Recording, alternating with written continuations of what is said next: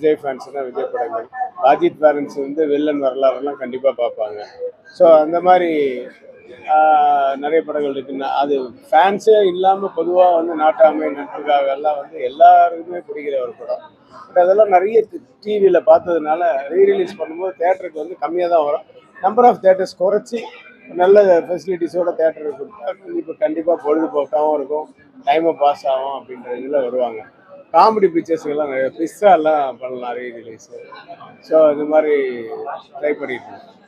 சரி, ரஜினி சார் வந்து தொடர்ச்சியாக கரண்ட் ரெண்டில் இருக்கிற டேரக்டர்ஸ் கூட ஒர்க் பண்ணியிருந்தாலுமே கேஸ் ரவிக்குமார் சார் தான் அவரோட ஃபுல் பொட்டன்ஷியலை வந்து ட்ரைவ் பண்ணாருன்னு சொல்லிட்டு ஆடியன்ஸ் சோஷியல் மீடியாஸில் வந்து கமெண்ட் பண்ணிட்டு இருக்காங்க. இப்போ வந்து கமல்ஹாசனும் ரஜினி சாரும் வச்சு லோகேஷ் கனகராஜ் பண்ண போறாரு அப்படின்ற மாதிரி ஸ்பெகுலேஷன்ஸ் இருந்தாலுமே அது வந்து கேஎஸ் ரவிக்குமார் சார் பண்ணாதான் ஒரு ஃபுல்ஃபில்டாக ஃபுல் பொட்டன்ஷியல் இது பண்ண முடியும் அப்படின்ற மாதிரி ஆடியன்ஸ் வந்து ஆடியன்ஸ் வந்து நிறைய வந்து